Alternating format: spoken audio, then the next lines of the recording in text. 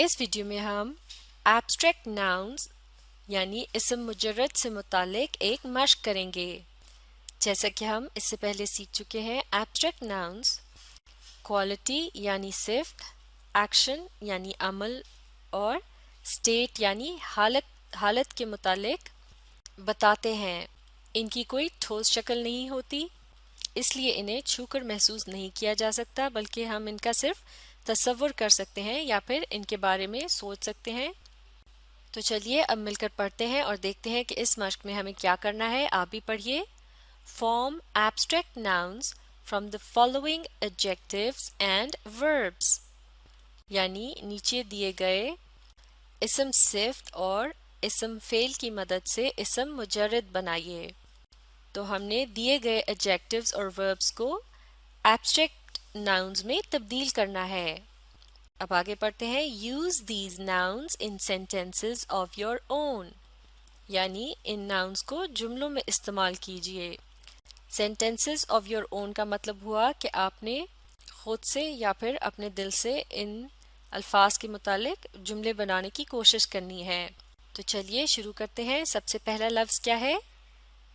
Courageous यानी बहादुर। और ये लफ्ज़ किसी शख्स के मुतालिक इस्तेमाल हो सकता है।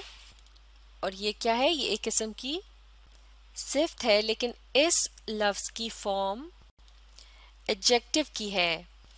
एडजेक्टिव नाउन को डिस्क्राइब करता है या उसके मुतालिक बताता है। जैसे कि अगर हम कहें अ करेजियस बॉय, तो बॉय के मुतालिक बताया जा रहा है कि वो किस किस्म का है, वो है करेजियस। तो अब हमने एडजेक्टिव से इसको एब्स्ट्रैक्ट नाउन की फॉर्म में लेकर आना है। तो इसी मिसाल से समझने की कोशिश करते हैं। जब हम कहते हैं अ करेजियस बॉय यानी बहादुर लड़का या फिर दुलेर लड़का, तो क्या आप बस बता सकते हैं कि वो कौन सी सिफ्त है जिसकी वजह से इस लड़के को करेजियस कहा जा रहा है? इसके अंदर पाया जाता है करेज। बिल्कुल ठीक, करेज यानी दुलेरी या बहादुरी। तो इस तरह करेजियस की एब्स्ट्रैक्ट नाउन फॉर्म है करेज। अगला लफ्ज़ है एम्प्टी। इसे एडजेक्टिव और वर्ब दोनों तरह से इस्तेमाल किया जा सकता है। जैसे कि एम्प्टी रूम यानी खाली कमरा कमरे के मुतालिक बता रहा है, तो ये क्या हुआ? यहाँ इसे एडजेक्टिव की तरह इस्तेमाल किया गया है। लेकिन अगर मैं कहूँ प्लीज़ एम्प्टी द बॉटल यानी बोतल को खाली कीजिए, तो यहाँ अब इसे वर्ब की तरह यानी एक्शन की तरह इस्तेमाल किया गया है। तो अब हमने इसको एब्स्ट्रैक्ट नाउन फॉर्म में तब्दील करना है।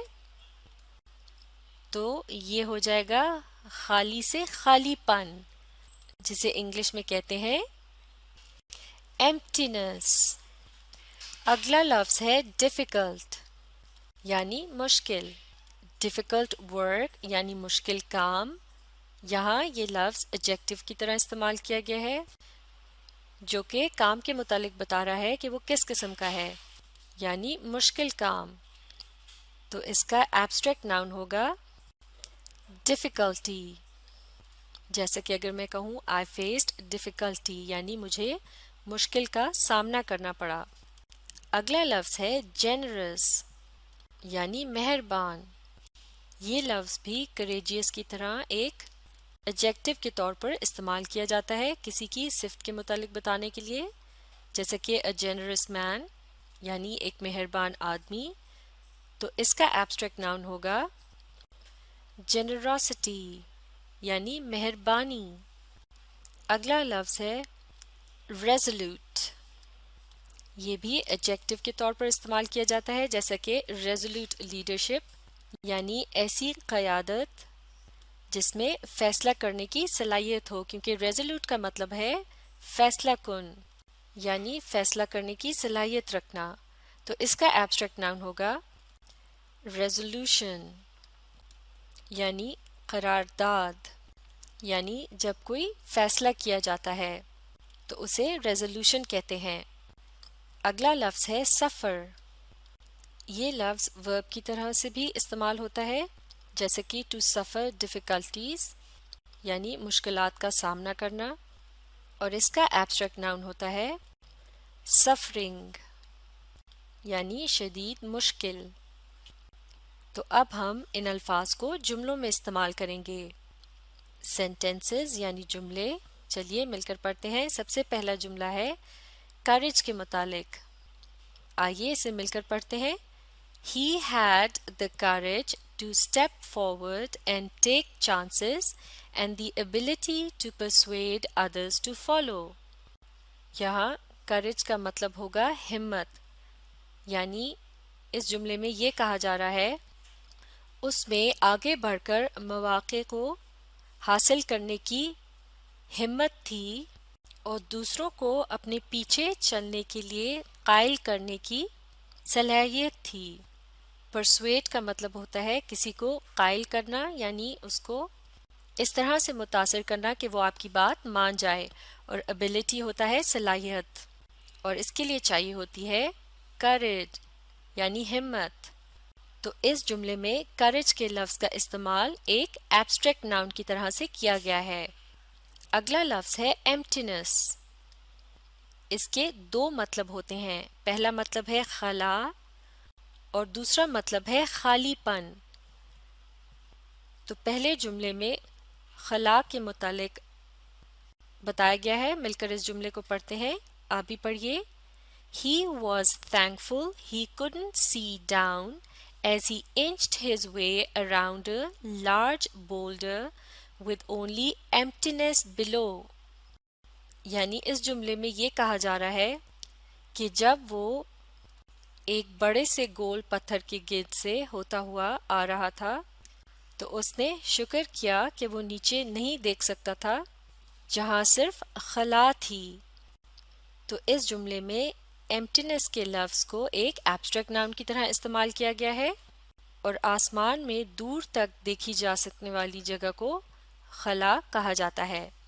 اب اگلے جملے میں ایمپٹینس کے لفظ کو خالی پن کے مطلب میں استعمال کیا گیا ہے، یعنی ایسی بات جس میں کوئی جان نہ ہو یا جس کا کوئی خاص مطلب نہ ہو۔ تو مل کر اس جملے کو پڑھتے ہیں۔ He realizes the emptiness of his statement۔ یعنی اسے اپنی بات کے خالی پن کا احساس ہو گیا ہے۔ realizes یعنی احساس ہو جانا، emptiness خالی پن، statement یعنی کہی ہوئی بات۔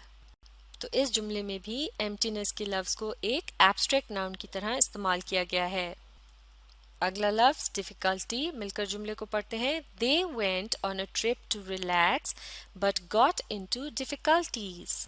یعنی وہ تفریح کی خاطر سفر پر گئے تھے لیکن انہیں مشکلات کا سامنا کرنا پڑا۔ لفظ ڈیفیکلٹی سنگولر ہے جبکہ ڈیفیکلٹیز اس کا پلورل ہے لیکن فارم ایک ہی ہے۔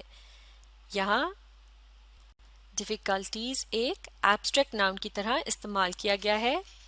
اگلا لفظ ہے جنروسٹی، جملے کو پڑھتے ہیں۔ I was overwhelmed by the generosity of friends and neighbors۔ یعنی میں دوستوں اور ہمسایوں کی مہربانی سے بہت زیادہ متاثر ہوا یا متاثر ہوئی۔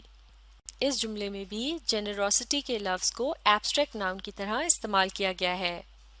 جنروسٹی یعنی مہربانی، جسے ہم صرف محسوس کر سکتے ہیں اور اس کی کوئی ٹھوس شکل نہیں ہوتی، اسی لیے اسے ایبسٹریکٹ ناؤن کہتے ہیں۔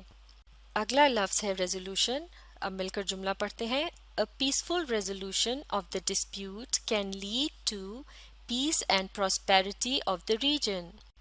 ریزولوشن کا مطلب ہے قرارداد یا پھر اسے ہم حل بھی کہہ سکتے ہیں، یعنی مل کر جو فیصلہ کیا جاتا ہے، اور اس جملے کا مطلب ہے مسئلے کا ایک پرامن حل خطے میں امن اور خوشحالی لا سکتا ہے، یا پھر یوں بھی کہہ سکتے ہیں مسئلے کا ایک پرامن حل خطے کو امن اور خوشحالی کی طرف لے جا سکتا ہے۔ تو اس جملے میں بھی ریزولوشن کے لفظ کا استعمال ایک ایبسٹریکٹ ناؤن کی طرح کیا گیا ہے۔ اور اب آخری لفظ ہے سفرنگ، یعنی شدید مشکل۔ مل کر جملے کو پڑھتے ہیں۔ This war has caused widespread human suffering۔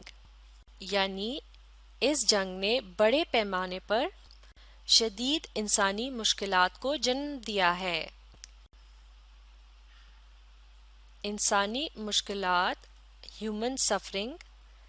यहाँ सफरिंग का लफ्ज़ जो है ये एक एब्स्ट्रैक्ट नाउन की तरह इस्तेमाल किया गया है क्योंकि ये एक कैफियत या स्टेट का नाम है जिसकी के कोई ठोस शक्ल नहीं होती बल्कि इसे सिर्फ महसूस किया जा सकता है। और इस तरह ये मश्क यहाँ मुकम्मल हो गई है। इस वीडियो से फ़ायदा उठाने के लिए आप इसे रीप्ले कीजिए और अपनी कोशिश जारी रखिए।